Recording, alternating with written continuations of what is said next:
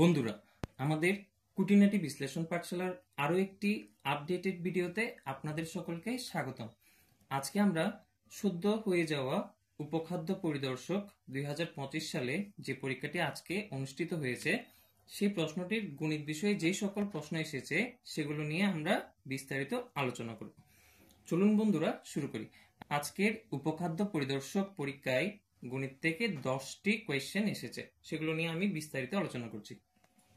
প্রথম কোয়েশ্চেনটি দেখুন, রমিত সাহেব ব্যাংকে 5,000 টাকা জমা রাখলেন এবং ঠিক করলেন আগামী 6 বছর তিনি ব্যাংক থেকে টাকা উঠাবেন না। ব্যাংকের বার্ষিক মুনাফা 10% হলে 6 বছর পর তিনি মুনাফা কত পাবেন? বন্ধুরা, একটা কথা বলে রাখি, মনে রাখবেন মুনাফা যদি বের করতে বলে সূত্র হলো P N R, I equal to, I হলো এখানে কে? মুনাফা, আই মুনাফা, পি হলো আপনার আসল, এটা হলো সূত্র আর কি, আপনারা দেখে নেবেন।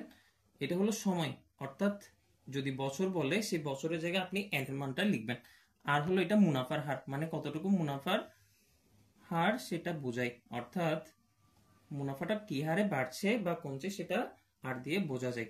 দেখুন এখানে তাহলে আমি মানগুলো লিখে দিই।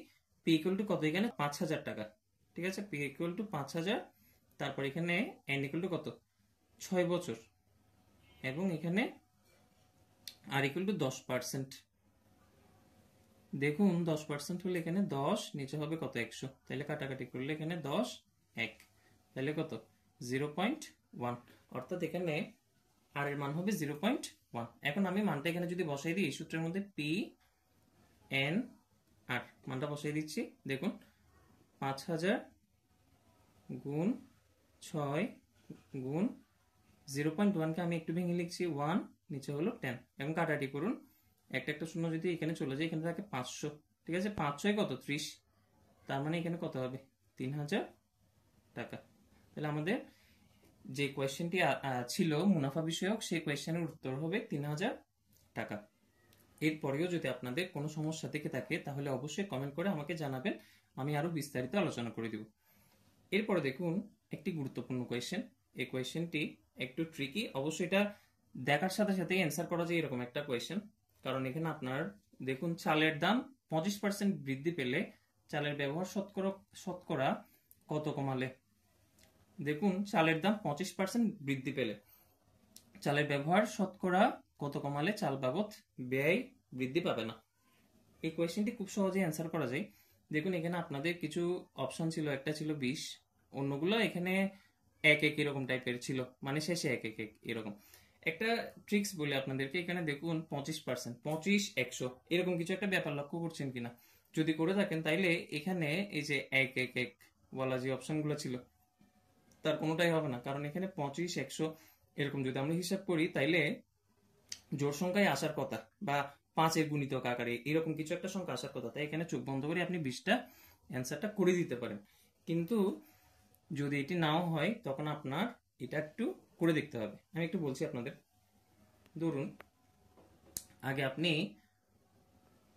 100 টাকায় 1 কেজি চিনি ব্যবহার করতেন, 100 টাকায় 1 কেজি চিনি, ঠিক আছে, 1 কেজি চিনি।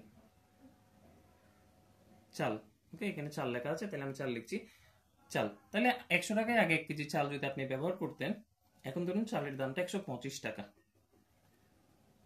তার মানে 125 টাকায় তো আপনি 1 কেজি চাল এখন পাবেন না। পাবেন? পাবেন তো না? অবশ্যই পাবেন না। 125 টাকায় কখনো 1 কেজি চাল আপনি এখন পাবেন না, কারণ এখন 1 কেজি চালের দাম 125 টাকা। তার মানে আপনি 100 টাকায় 1 কেজি চালের কম পরিমাণ চাল পাবেন। তাহলে এখানে কি পরিমাণ চাল কম পাচ্ছেন সেটা আপনার একটা ইজি ট্রিক্সে ব্যবহার করতে পারেন। একটু দেখুন, যদি আমি বলি আগে 100 গুণ 1 সমান কত? 100, এটা হলো দেখুন 1 কেজি চাল 100 টাকা, তাহলে কত? 100। এখন দেখুন এই 1 কেজি চালের দাম আপনার দিতে হচ্ছে কত? 125 টাকা। এখানে দেখুন আগে 100 টাকায় আপনি 1 কেজি চাল ব্যবহার করতেন, এখন যদি 1 কেজি চালের পরিবর্তে আপনার এখানে 1 কেজি চালের কম ব্যবহার করতে, এখন কতটুকু কম ব্যবহার করতে হচ্ছে এটা আপনি মনে করেন জানেন না, তাহলে এখানে 1 কেজি চালের পরিবর্তে এখানে 1 জায়গায় আমি একটা এক্স লিখছি, এক্স ইকুয়াল টু, আপনার তো এখানে টাকার পরিমাণটা সেম থাকবে, অর্থাৎ আপনি তো এখানে টাকা বাড়াবেন না।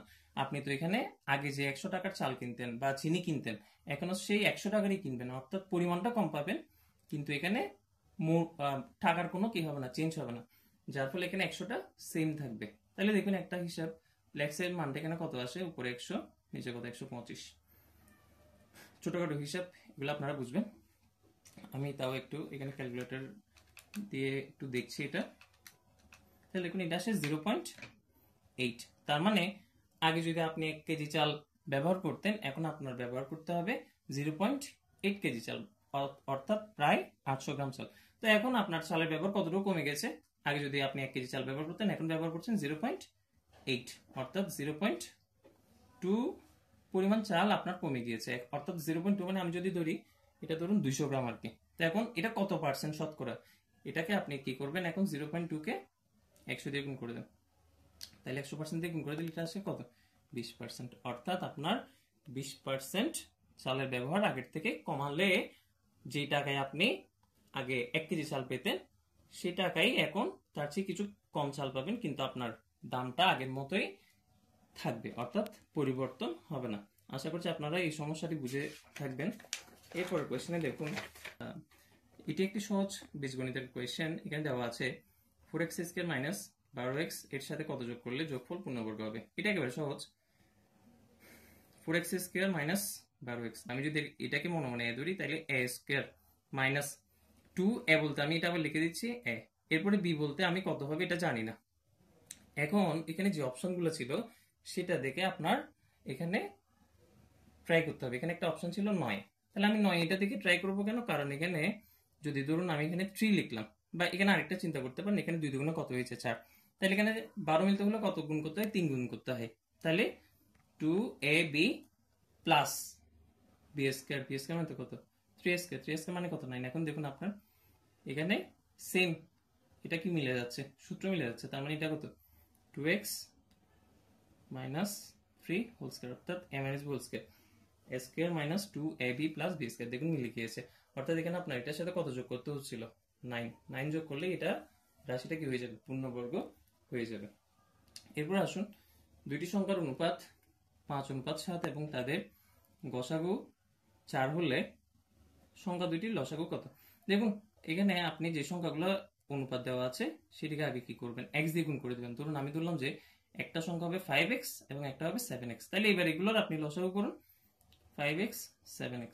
ওকে, লসাগু করলে কত হয়, x এখানে ভাগ করা যায়, তাহলে 5 7, তার মানে এখানে সরি লসাগু না গসাগু করলে কত হচ্ছে x, তার মানে এখানে দেওয়া আছে আপনার গসাগু কত 4, তার মানে কত x এর মান কত 4।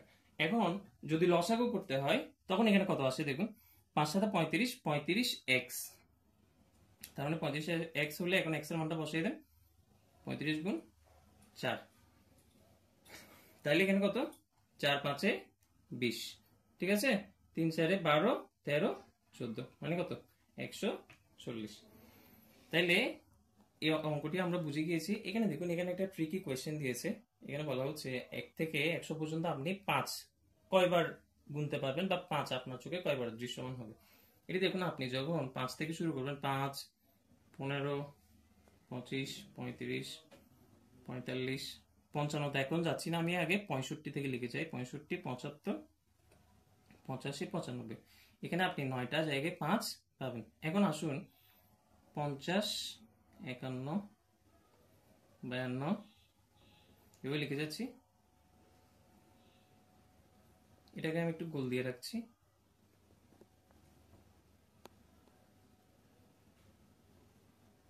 দেখুন এখানে, তাহলে এখানে আমি আর কয়টা জায়গায় 5 পেয়েছি, এখানে 9টা, এখানে দেখুন 10 11 12 13 14, এখানে 2 বার 15 16 17 18 19 20, তাহলে টোটাল কয়বার 20 বার, অর্থাৎ এখানে আপনি 20 বার টোটাল 5 গুনতে পাবেন। এরপরে দেখুন এই অঙ্কটা একেবারে সহজ, a by b, a is to b মানে কত আপনার 3 is to 5, এটা মানে কত আপনার a by b equal to কত 3/5। এখান থেকে আপনি মনে করেন এখানে আপনার কি দেওয়া, কি বের করতে বলেছে এটা দেখেন b বাই c, তাহলে b এর মানটা বের করেন, b যদি বের করেন এখানে কত আসবে 5a/3। একইভাবে এখান থেকে আমি যদি c বের করি, a by c equal to কত 5/7, তাহলে কত c যদি বের করি এখানে আসবে কত c ইকুয়াল টু 7a/5। তাহলে এখন এখানের মধ্যে দেখুন এই যে আমি মানটা এখানে বসাই দিচ্ছি, তাহলে b is to c, B is to C মানে এখানে মানটা বসিয়ে দেন। এখানে বি এর মান কত 5a/3 ইস টু তাহলে কত 7a/5। এখন আপনি উল্টাই দেন, এখানে 5 এর উপরে নিচে 3 ইন্টু কত উপরে 5 নিচে 7 এ কাটা, তাহলে উপরে কত 5 5 25 আর নিচে কত 5 7 35। তার মানে এটার আপনার অ্যান্সার কত আসছে 25 ইস টু 35। আচ্ছা, এরপর কোয়েশ্চেনে যাই বন্ধুরা। বন্ধুরা দেখুন, এই প্রশ্নটি আপনাদের অবশ্যই একটু করতে অসুবিধা হবে।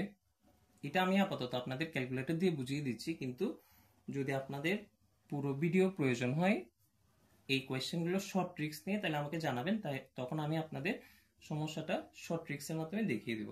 আপাতত আমি ক্যালকুলেটর দিয়ে বলছি আপনাদের। দেখুন এখানে 2/5 আমি যদি 2/5 দিই, এখানে কত আসে 0.4। এটা আমার 0.4, এটা 0.3, তার মানে এটা বোঝা যাচ্ছে কি 0.3 অবশ্যই এটা চেয়ে ছোট। এরপর দেখুন রুট ওভার 0. কত 3, এটা দেখুন 0.5, তার মানে এটার থেকেও এটা কি ছোট। এরপর দেখুন 1/3, এটা কত আসে 0.33, এটার মানও তাহলে কি অবশ্যই এটার থেকে ছোট, তার মানে এখানে ক্ষুদ্রতম হলো 0.3। এটা আমাদের অ্যান্সার। অর্ধবৃত্তস্থ কোণের মান কত ডিগ্রি? এটা একেবারে সহজ একটি কোয়েশ্চেন। এই যে একটি বৃত্ত আঁকুন, এখানে সেন্টার দিন। অর্ধবৃত্তস্থ কোণ মানে হলো এই যে আপনি এখানে এটা একটা অর্ধবৃত্ত, অর্থাৎ একটা চাঁদা নেন, এই চাঁদা।